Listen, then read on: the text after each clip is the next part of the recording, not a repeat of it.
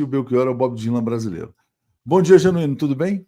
Bom dia, eu adoro os dois também. Fui amigo durante muito tempo do Belchior e adoro as músicas do Bob Dylan. Você sabe que quando houve o golpe de Estado de 2016, Genuíno, tinha uma pichação que era muito boa em alguns lugares, que o Belchior ainda era vivo, né? Então era fora Temer, volta Belchior. Isso era muito bom, né? Se isso tivesse acontecido. Muito bom, muito bom. Fora Temer, volta Belchior. Mas agora é o seguinte, agora é Lula 2026 pelas pesquisas aí, e o tema da soberania, então, tá colocado, né? Claro, o tema da soberania traz também na esteira o tema da democracia, porque o processo de julgamento no Supremo vai continuar e a questão democrática vai também assumir uma primazia. E a questão social. Nós estamos vivendo, Atucho, uma situação historicamente inédita, porque os três eixos do projeto de Brasil democrático, soberano, socialmente justo, ecologicamente equilibrado, ele busca trazer uma plataforma para dar consistência a esse movimento. Eu acho que nossa situação mudou, mas nós temos que estar preparado, porque é uma situação quente, pode ter surpresas imprevistas, porque o imperialismo em crise, ele tem força financeira, força militar e força das big techs, que eu acho que hoje é a principal sustentação do Trump são as big techs, né? E tem uma influência econômica e uma influência para criar narrativas, mentiras, negacionismo, etc. Portanto, eu acho que a gente tem que ter muita firmeza, muita ousadia e dar consistência a esse movimento. Eu acho que é fundamental. Genuíno, você defende o apoio incondicional ao Alexandre de Moraes? Como é que você vê, depois dessa agressão que aconteceu com a Lei Magnitsky? Olha, o que está em jogo na soberania nacional é a autonomia e a independência do Poder Judiciário. Um país não pode interferir na ação do Supremo tentando criminalizar, tentando fulanizar um ministro da Suprema Corte, independente de concordar ou não. Eu acho, todas as decisões de Alexandre, isso é uma questão de princípio. Eu acho que o apoio a Alexandre de Moraes é uma questão de princípio democrático que vincula a questão da autonomia do Supremo com a questão da soberania nacional. E, no meu modo de entender, Léo, eu até estava olhando aqui minhas anotações, eu acho que está faltando, desse ponto de vista, uma ação mais forte das entidades do Poder Judiciário em relação ao apoio. Não é a pessoa, a questão não é a pessoa do Alexandre de Moraes, é o princípio democrático da autonomia das instituições que não pode sofrer interferência de outro país. Veja bem, quando 3 ministros do Supremo foram caçados pelo AI-5, Hermes Lima, Victor Nunes Leal e Evandro Lins, 2 ministros do Supremo renunciaram em solidariedade, Gonçalves Oliveira e Antônio Carlos Lafayette. Quer dizer, no meu modo de entender, tem questões que são, vamos dizer assim, faz parte do ritual, faz parte da liturgia. E o Brasil está construindo, Léo, uma experiência inédita no mundo de combater, através das normas do Estado Democrático, a extrema-direita. Qual é a outra experiência que tem a dimensão da que nós estamos construindo aqui? Portanto, eu acho que devia ter uma solidariedade política incondicional ao Alexandre de Moraes. É isso aí, gente. Bom, boa sexta-feira, bom programa para vocês. Vamos em frente. Genuíno senador, diz o César Silva. Valeu. Abraço. Muito obrigado, César. Sempre tem aqui um lançamento da sua candidatura, né? Toda sexta-feira. Eu sou candidato a ir para a rua. Eu sou candidato a estar nas praças. Daqui a pouco eu vou para a manifestação da UNE, da Frente Brasil Popular e Povo Sem Medo, em frente ao consulado americano, aqui na Zona Sul de São Paulo. Sim, lembrando que aqui no Rio é hoje à tarde, às 18 horas, tá? Então, aqui no Rio não é de manhã, não, gente, é à tarde. Muito bom, daqui a pouco a gente até pode falar dessa manifestação, mas, bom, falamos um pouco do Alexandre de Moraes, né?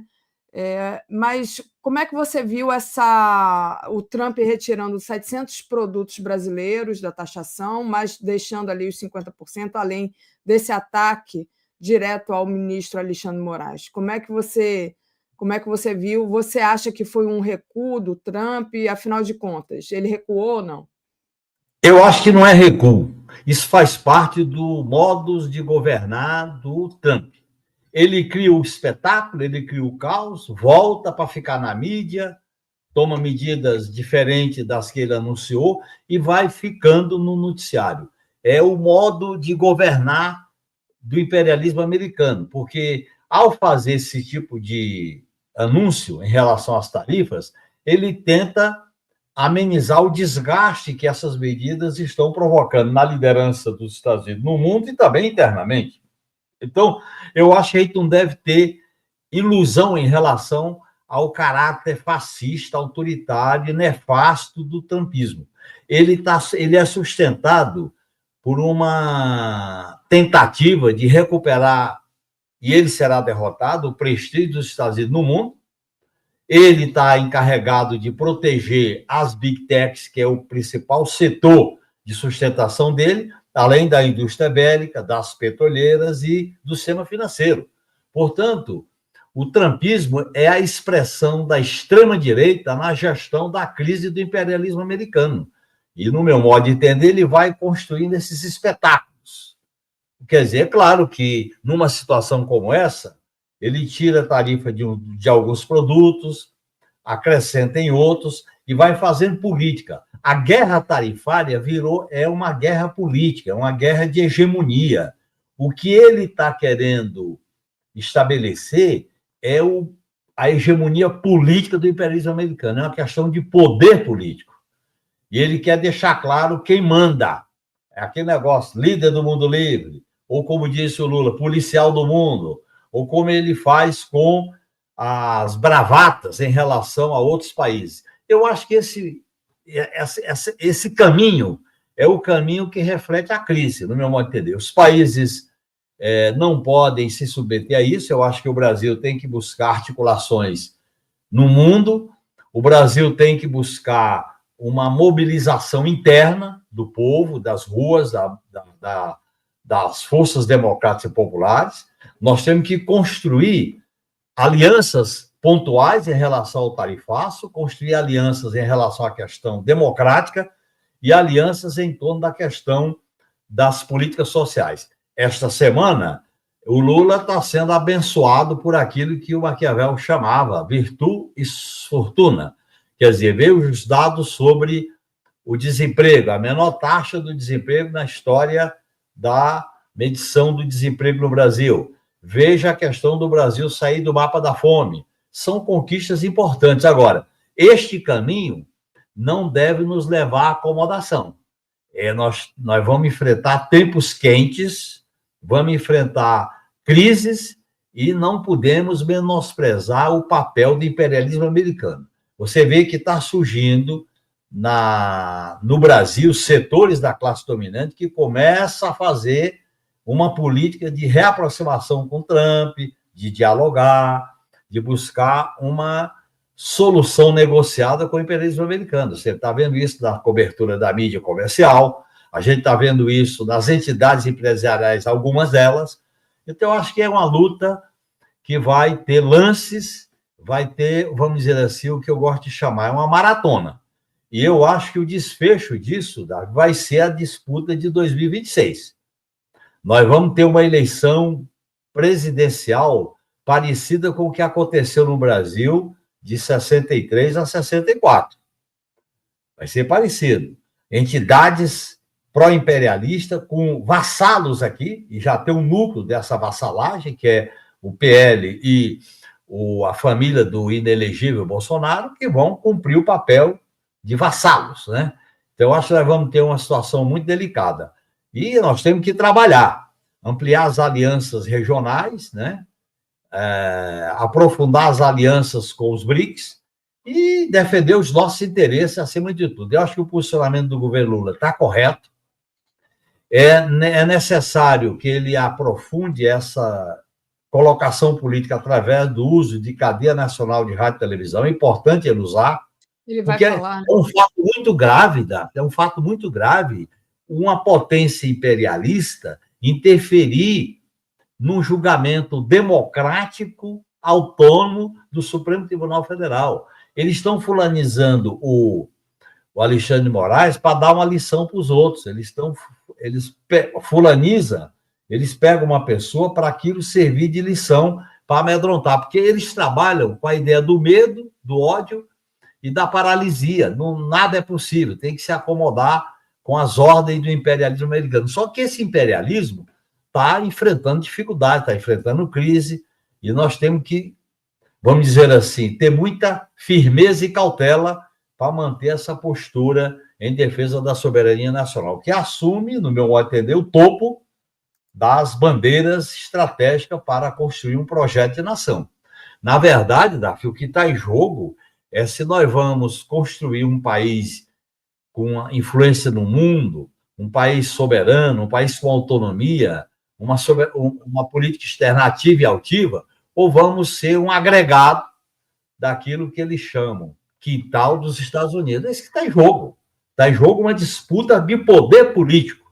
E nós temos que ter clareza disso. Esse poder político se disputa com a força do povo, com a mobilização do povo, com os movimentos organizados. É assim que se disputa. Perfeito. Eu vou agradecer aqui ao Adalberto, que está te lançando deputado federal, então já teve o lançamento da candidatura a senador, e agora ao deputado federal. Obrigada, Adalberto, aqui. Pessoal sempre apoiando a gente. Vou pedir para o pessoal deixar o like, não esquecer, aproveitar essa enorme audiência.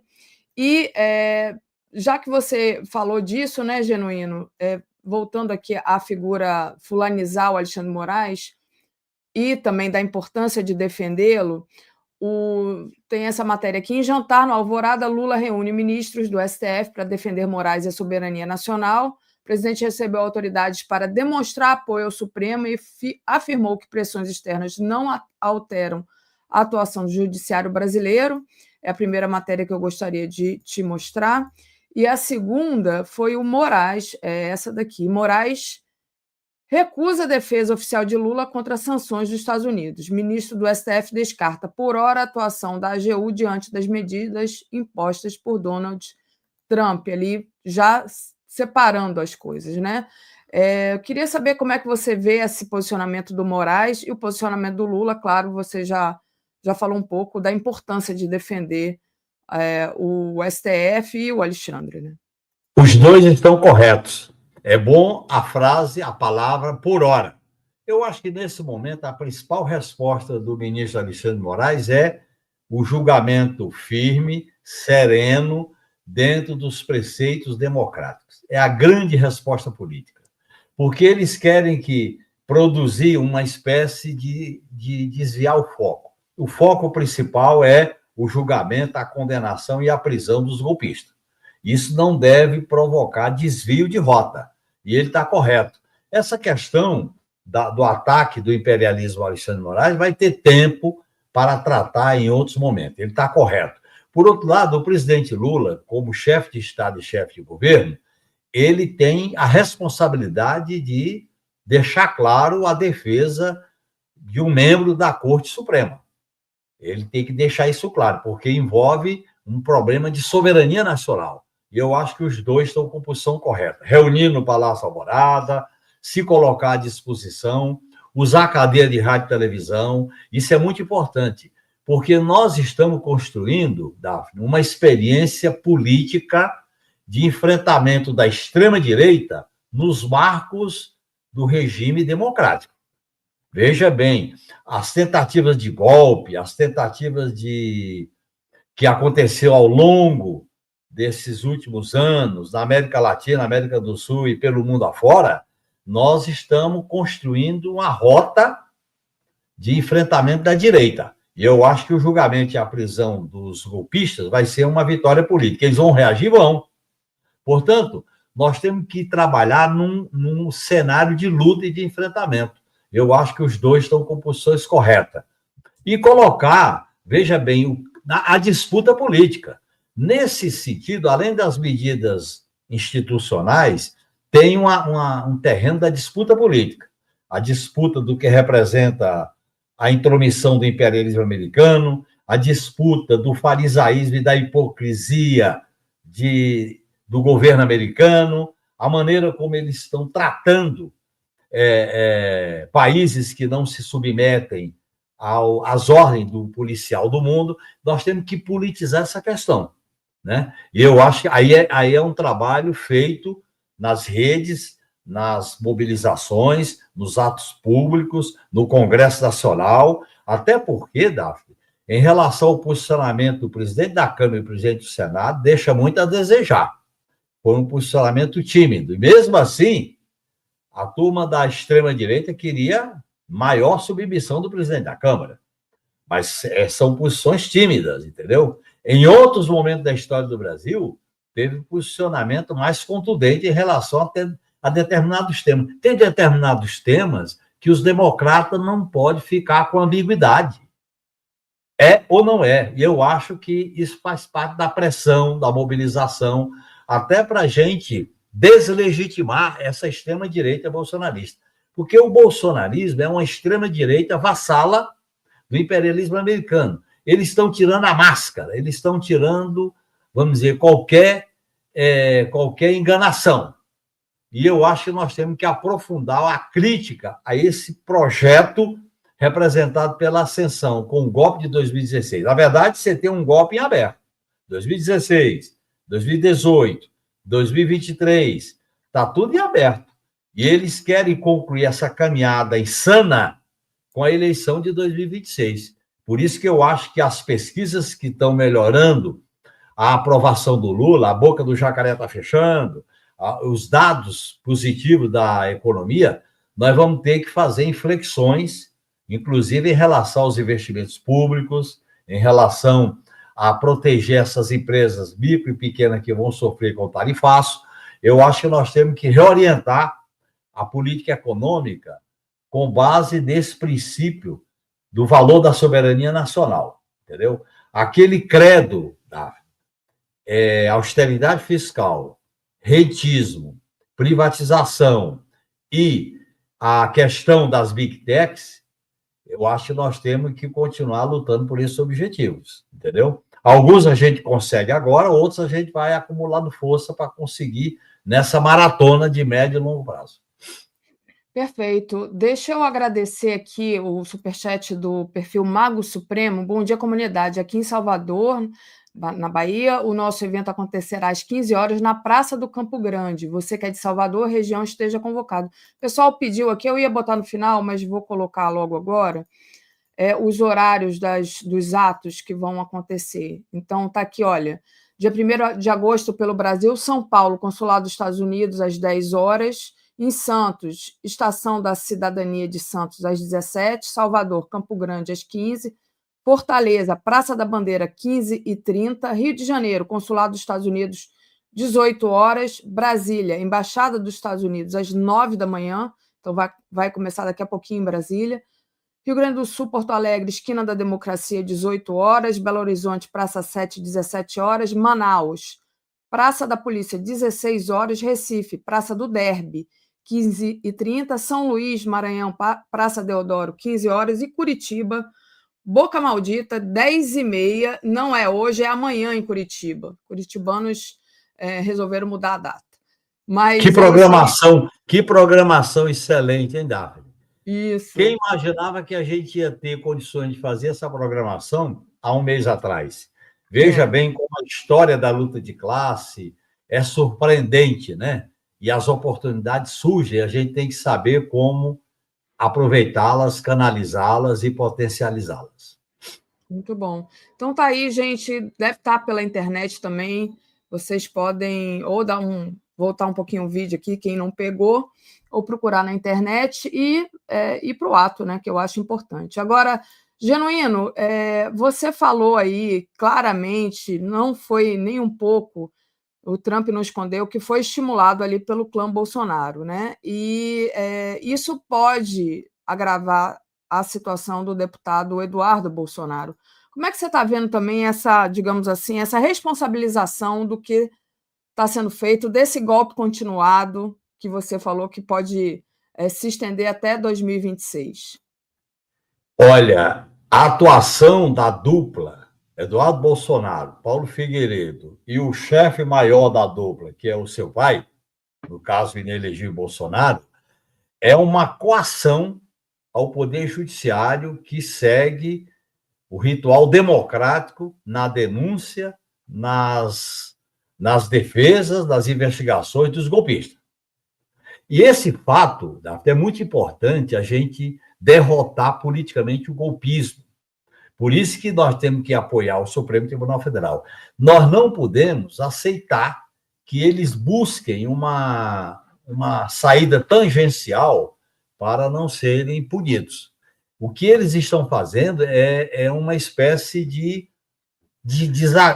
descaso, é uma espécie de menosprezo, é uma espécie de cuspir na cara do povo brasileiro. Os caras vão para lá, se aliam com o imperialismo americano para contrariar os interesses brasileiros e os interesses da justiça. Aí você tem o tarifaço e a autonomia do Poder Judiciário. Essas duas coisas se somam, se juntam. E eu acho que eles têm que ser processados e punidos. No meu modo de entender, essa é uma questão tão grave como a tentativa de golpe de 2023. Tá certo? Aquele tal de pensamento digitalizado, aquela história de cenário do que iam fazer com os ministros do Supremo, os caras estão assumindo, porque uma das características da dominação política, do imperialismo e da extrema-direita é que eles escancaram as coisas. Eles normalizam a barbaridade, eles não escondem nada, eles querem provocar o escárnio, provocar a execração pública.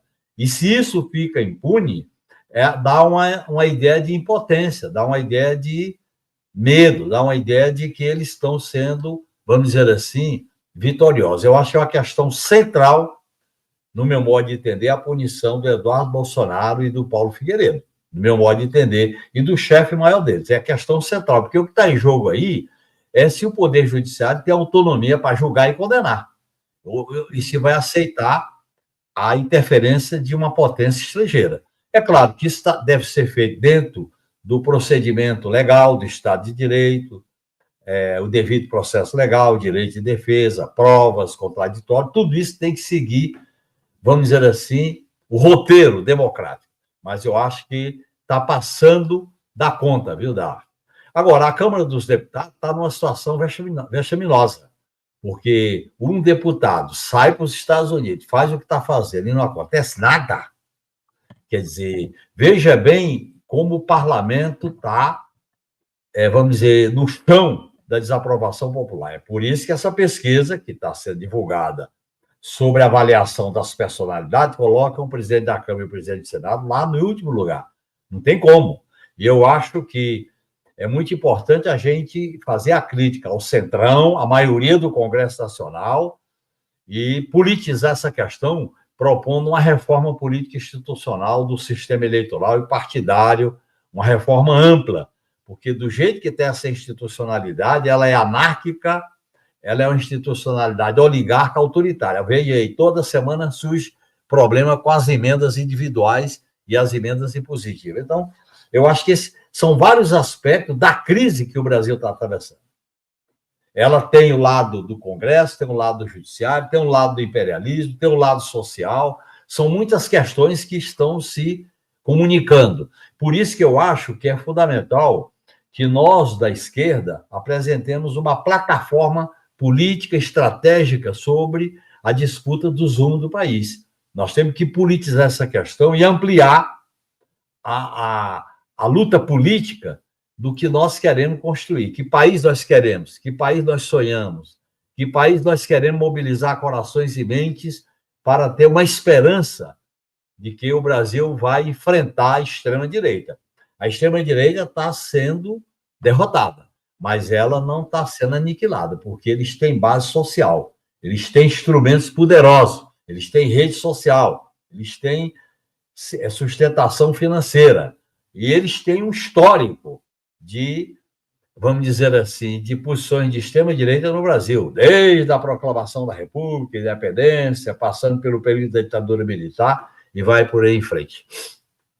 Pois é, falando sobre isso, né, sobre essa mudança um pouco, e aproveitar essa mudança, o efeito do tarifaço o efeito do ataque do Trump à soberania nacional, tem essa matéria aqui, efeito Trump. Brasileiros já confiam mais na China do que nos Estados Unidos como parceiro comercial. Pesquisa Datafolha mostra que a maioria teme impacto do tarifaço de Trump e prefere negociação à retaliação. É interessante isso, né? Porque os Estados Unidos, a gente sempre teve esse complexo de vira-lata, mas eu acho que isso não é culpa do brasileiro, é culpa de uma lavagem cerebral feita pela grande mídia, pelo cinema norte-americano que entrou aqui, como se os Estados Unidos fosse sempre o bom mocinho do mundo que viesse salvar todo mundo, e todo mundo sonhava ser norte-americano. Enfim. Mas está aí, né? Essa matéria eu achei interessante, Genuíno. Eu acho também, concordando contigo, Daf, que essa matéria revela um grau de compreensão política do povo brasileiro. Quer dizer, o povo brasileiro está tendo noção do que está em jogo. E aquele ideal americano cantado em prosa e verso, impondo a hegemonia aqui no Brasil, já teve um ministro das Relações Exteriores que disse, com o golpe de 64, que o que é bom para os Estados Unidos é bom para o Brasil. Eu sou de uma época da luta anti-imperialista, e essa luta anti-imperialista está sendo retomada devido às barbaridades do trumpismo. E eu acho que é muito importante esse tipo de compreensão da população. Eu acho que há um sentimento da população, há uma politização da população. E, no meu modo de entender, há uma questão ainda a ser aprofundada, que é a compreensão da questão democrática para prender golpistas. Porque, como eles têm uma base social muito fiel, chamada direita raiz, extrema-direita raiz, nós temos que, vamos dizer assim, desmontar o discurso da extrema-direita, porque eles foram instrumentalizados, eles foram incentivados, e eles estão aí. Você imaginar, depois de tudo que ocorreu, esse inelegível Bolsonaro ter 40 e pouco por cento da população, isso é um recado para nós. Nós não podemos menosprezar essa lavagem, esses instrumentos de hegemonia, esses instrumentos políticos que a extrema-direita tem no Brasil. Eu acho que nós temos que ficar muito atentos a isso. Eu sou contra qualquer oba-oba, qualquer tipo de comemoração. É muito trabalho, pé no chão, cabeça fria e coração quente. É assim que a gente tem que atuar nessa travessia para 2026. Muito bom. Trazendo agora como é que o governo tem que se comportar, né, para tentar mitigar aí os efeitos do tarifaço, tem essa matéria aqui. A gente viu, o Trump anunciou tarifa para mais de 60 países, aumentou ali de alguns e mantém as mais altas aqui para o Brasil. O governo brasileiro deve se aproveitar aí do prazo agora estendido para o dia 7, mas vai ter que negociar, né? Então, tem essa matéria aqui: o governo prioriza a negociação com Trump e adia a retaliação ao tarifaço dos Estados Unidos após sobretaxa a produtos brasileiros e recuo parcial. Alckmin e Haddad lideram tratativas com a Casa Branca e o governo mantém retaliação em segundo plano. Como é que você avalia isso, Genuíno, essa questão de manter a retaliação em segundo plano, priorizar as negociações, digamos assim? Olha, Daphne, o governo está agindo corretamente. Dialoga, negocia, mas enfrenta. E eu acho que, considerando que é uma caminhada com vários pontos, várias encruzilhadas, isso não vai ser resolvido rapidamente. Nós temos que estar preparados. Nós não podemos usar todas as armas, todos os instrumentos para enfrentar essa questão. Nós temos que guardar alguns trunfos. Por exemplo, nós temos que fazer uma espécie de reciprocidade calculada, com alvo, de maneira seletiva. Por exemplo, você pega a base de Alcântara, o acordo com os Estados Unidos sobre a base de Alcântara. Você pega a questão das parcerias do exército americano com o exército brasileiro. Você pega a questão de algumas patentes. Quer dizer, eu acho que o governo tem que se preparar para usar seletivamente, pontualmente, certas reciprocidades em determinadas questões que mexem, que são sensíveis ao domínio do imperialismo americano. Por outro lado, eu acho que essa retaliação, vamos chamar assim, ela deve ser no sentido de que o Brasil está se defendendo. Quem está atacando é o imperialismo americano. Para a gente manter essa postura de diálogo com o mundo. Eu acho que nessa conjuntura, a gente devia incentivar movimentos mundiais de solidariedade aos países que estão sofrendo com o tarifaço, de solidariedade às autoridades brasileiras, de solidariedade à intromissão indevida dos Estados Unidos por parte de entidades mundiais, governos, intelectuais. Eu acho que a gente tinha que entender que esse enfrentamento ao trumpismo exigiria uma espécie de frente mundial, de aliança mundial em defesa da paz, da democracia, da autodeterminação dos povos, que são princípios fundamentais que embasam a Constituição de 88, principalmente nos seus artigos de 1 a 4, que são os princípios fundamentais da ordem constitucional de 88. Genuíno, deixa eu te perguntar uma coisa. Diante disso tudo, né, como é que você avalia, no médio e no longo prazo, as relações bilaterais Brasil e Estados Unidos? O que você acha que vai ter aí de consequência? O que pode acontecer? Serão relações tensas, serão relações delicadas, e por parte da iniciativa dos Estados Unidos. Quem tomou essas iniciativas, quem partiu para o ataque, quem partiu para a provocação foi o imperialismo americano. Portanto, eu acho que as relações multilaterais do Brasil no mundo, eu acho que elas têm que passar por uma redefinição. Seja a relação com alguns países da Comunidade Econômica Europeia, seja com os BRICS, e principalmente com a opinião pública democrática dos Estados Unidos. Eu acho que a gente devia estabelecer relações com segmentos democráticos, socialistas, populares dos Estados Unidos, tá certo? Eu acho que isso é importante. E eu acho que, nesse sentido, a luta internacionalista, ela tem uma incidência muito grande nesse momento. Isso que estava praticamente amordecido, afastado da agenda, volta com muita força. E eu acho que nós devíamos, com os espaços que o Brasil tem, com a representação que o Brasil tem, com o prestígio que o Brasil tem, a gente devia, primeiro, entrar em todos os organismos internacionais com medidas de defesa, seja do Alexandre de Moraes, seja contra o tarifaço. Segundo, fazer movimentos políticos em torno da defesa da paz, de solidariedade ao povo palestino, de combate ao genocídio, de defesa da democracia e, principalmente, da autodeterminação dos povos. E, ao mesmo tempo, a gente superar algumas divergências no nosso subcontinente, como a relação com a Venezuela. Foi um absurdo o Maduro estabelecer tarifaço para produtos brasileiros há uma semana atrás. Isso não tem sentido, né? Mas eu acho que nós temos que...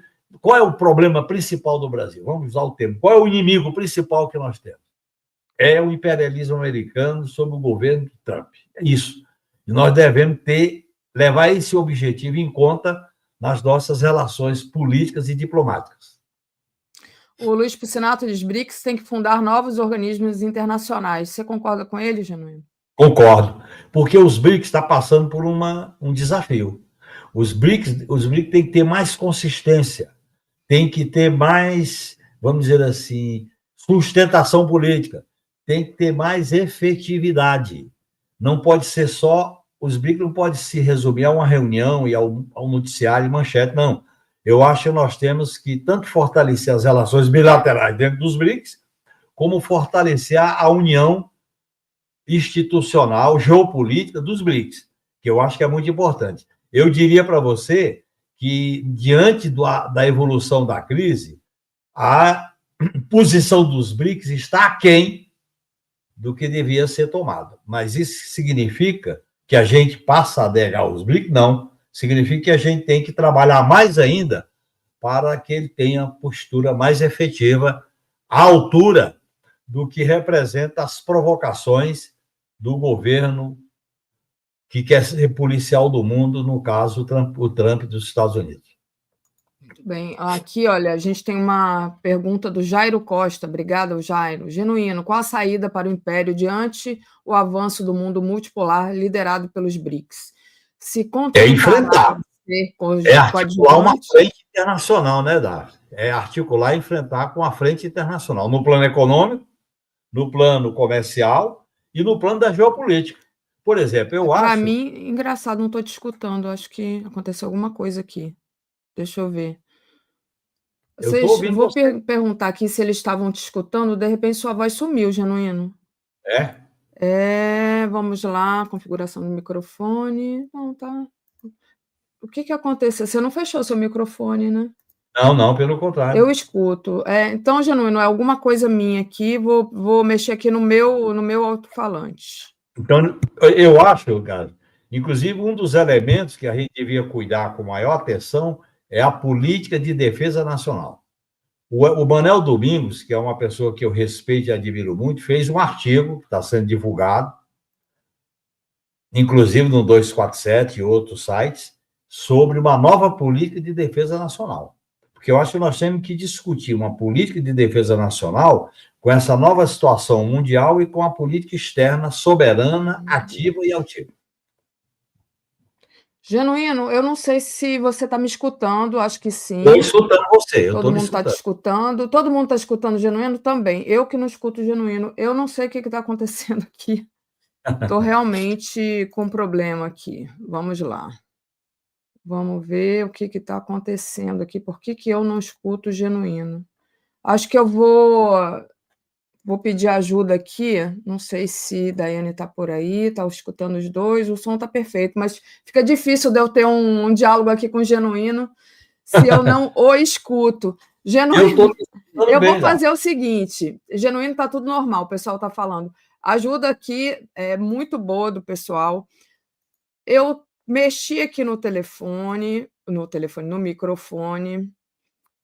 Vamos lá.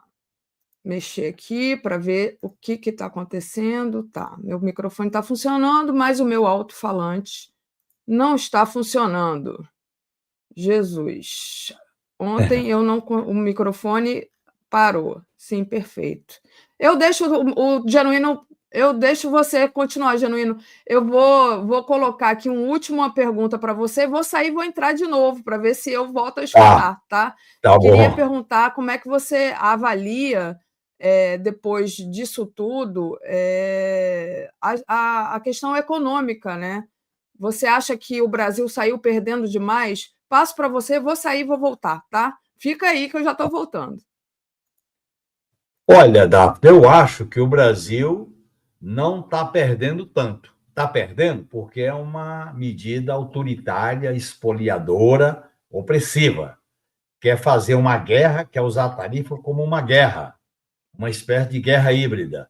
E eu acho que nós temos que buscar alternativas. Por exemplo, a gente só pode proteger os setores vulneráveis do tarifaço se nós fizermos uma revisão de alguns pontos do arcabouço fiscal. Tá certo? Se nós fizermos. Assim como fizemos nas enchentes do Rio Grande do Sul, assim como fizemos na pandemia, nós temos que fazer mitigar por medidas nesse momento que não pode voltar ao desemprego, voltar à quebradeira geral. Eu acho que é importante isso aí. Agora, o problema principal, Daphne, é político.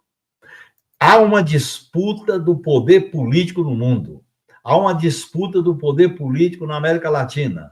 Marco Rubio disse que a América Latina era quintal dos Estados Unidos. É a América para os americanos. Nós não podemos tirar isso da nossa atenção.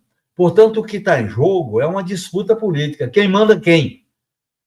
Quem manda em quem? É isso. E o Brasil, com essa postura do Lula de defender a soberania, é uma postura muito importante. E eu acho que tem que combinar negociação com enfrentamento. E seria muito importante que o Lula convocasse uma cadeia de rádio e televisão para falar a nação, para falar o país, para falar a população brasileira. Nós temos que fazer desse limão uma limonada. E eu acho que as pesquisas indicam que a postura do governo está correta, a boca do jacaré está fechando, mas nós não podemos achar que isso é permanente. Nós temos que construir políticas concretas consistente. Por quê? Porque envolve um problema da pauta popular. Por exemplo, a pauta da jornada contra a jornada 6x1, a pauta da isenção do imposto de renda, a pauta da taxação dos ricos, a pauta do plebiscito, que vai ter agora em setembro. São pontos importantes do que a gente pode dizer. É a pauta do povo, é a pauta do país, não é a pauta do Congresso. É a pauta do povo, é a pauta do país que a gente tem que cuidar para que a vida não seja precarizada e piorada, como serão as consequências do imperialismo americano. E eu acho que nós estamos aprendendo muito a ser crítico a essa arrogância, combater essa petulância, combater essa ideia que domina o mundo. Eu acho que nós vamos construir um caminho de defesa da soberania do país no concreto. Não é uma defesa da soberania no abstrato, é no concreto. É no ponto central, é naquilo que afeta o emprego, aquilo que afeta a inflação, aquilo que afeta a comida. E eu acho que a gente tem que mostrar isso. Por outro lado, nós temos que mostrar que a riqueza potencial do país não vai ser objeto de submissão ao imperialismo americano. Eu gosto sempre de repetir que o Brasil, sétima economia do mundo, o Brasil é um país continental, o Brasil não tem conflito com os demais vizinhos, o Brasil integra uma comunidade parceira, porque nossos interesses são complementares, e eu acho que, nesse sentido, é muito importante a gente construir essa potencialidade do Brasil do futuro. E que Brasil nós sonhamos? Que Brasil nós queremos? Eu acho que está na hora também da gente despertar autoestima, despertar sonhos, despertar crença nesse projeto. Quer dizer, essa cambada que fez o que fez com o país, essa cambada da Covid, essa cambada das 700 mil mortes, da tentativa de golpe, o que está sendo revelado agora, a gente tem que dizer, não tem mais, nunca mais, e construir um outro caminho. Muito bom, Genuíno. Gente, desculpa aqui pela minha falha técnica, foi resolvida. No computador é assim, você não sabe o que está acontecendo, desliga tudo e volta, que ele volta a funcionar. Normalmente é assim. Genuíno, para a gente finalizar, né? Dentro desse cenário que você colocou aqui para a gente, que eu escutei parcialmente, vai ter um encontro agora, né? PT lança diretrizes até 2029 com foco na reeleição de Lula e condenação às sanções de Trump. Encontro nacional em Brasília marca a posse de Edinho Silva, retorno de José Dirceu e defesa de alianças amplas para 2026. Então, agora, hoje, dia 1º, em Brasília, um evento nacional para definir os rumos da sigla nos próximos 4 anos. Eu sei que não era o projeto que você estava apoiando, mas queria saber a expectativa aí desse encontro para você, Genuíno, o que você acha que é importante destacar. A minha expectativa, Davi, é continuar lutando pelas ideias que eu defendi apoiando a candidatura do companheiro Rui Falcão. Eu acho que o PT devia ser a ala esquerda do governo. Se a ala esquerda, para defender posições mais claras, defender a articulação com os demais partidos de esquerda, promover mobilizações. Você vê essas mobilizações todas que estão ocorrendo, inclusive hoje, ocorreu uma semana atrás, há 15 dias atrás, não tem a participação do PT, das bandeiras do PT e tal. Então, eu defendo que o PT assuma uma postura de apoiar o governo Lula, estabelecendo pauta, mobilização popular. Eu acho que o Edinho ele tem uma visão de governabilidade, ele tem uma visão de apoiar esse desafio de 26 e também contra o tarifaço, que não passa por esse enfrentamento. É uma divergência que eu tenho. Mas nós, que somos minoria e que apoiamos a candidatura do Rui Falcão, vamos continuar trabalhando na base do PT, nas mobilizações políticas, apresentando, por exemplo, hoje, certamente, meus companheiros de governo vão apresentar várias emendas a esse processo. Tem temas que o partido não tratou corretamente no PED, que nós vamos ter, por exemplo, uma reforma política ampla. Temas como a questão da luta anti-imperialista. É bom deixar claro, eu acho que o Edinho deve estar, a cabeça dele deve estar tremendo, porque ele iniciou a campanha eleitoral fazendo aquela visita trágica ao consulado americano em Brasília, né, com aquela foto que viralizou nas redes sociais. Eu acho que ele está sentindo que foi uma pisada em falso. Mas então é o seguinte, eu confio no partido, eu estou lutando para que o partido continue à esquerda, porque o nosso projeto é um projeto mais amplo e profundo, que pressupõe duas pernas, uma perna na institucionalidade e uma perna na luta social. E defendo, Daf, que o PT construa uma aliança à esquerda para enfrentar a extrema-direita, o imperialismo e o neoliberalismo com uma postura de debate político, de mobilização, entendeu? É isso que eu defendo, por isso que eu usei a expressão. Eu queria que o PT fosse a esquerda, o braço esquerdo do Lula, mas certamente vai ser dirigido pelo Lula e vamos continuar na luta, né? Vamos continuar lutando. Por exemplo, eu estou aqui hoje em São Paulo, eu vou participar do ato no consulado, tá certo? O meu lugar principal é nas ruas e eu gosto muito de estar nesse meio com a militância petista. Muito bom. Bom, Genuíno, bom ato para você. Sucesso total aí nesse ato, que ele ganhe força e venham outros atos aí para defender a soberania brasileira. Obrigada, Genuíno. Muito obrigado e até a próxima semana, Dá. Até a próxima. Valeu. Tchau.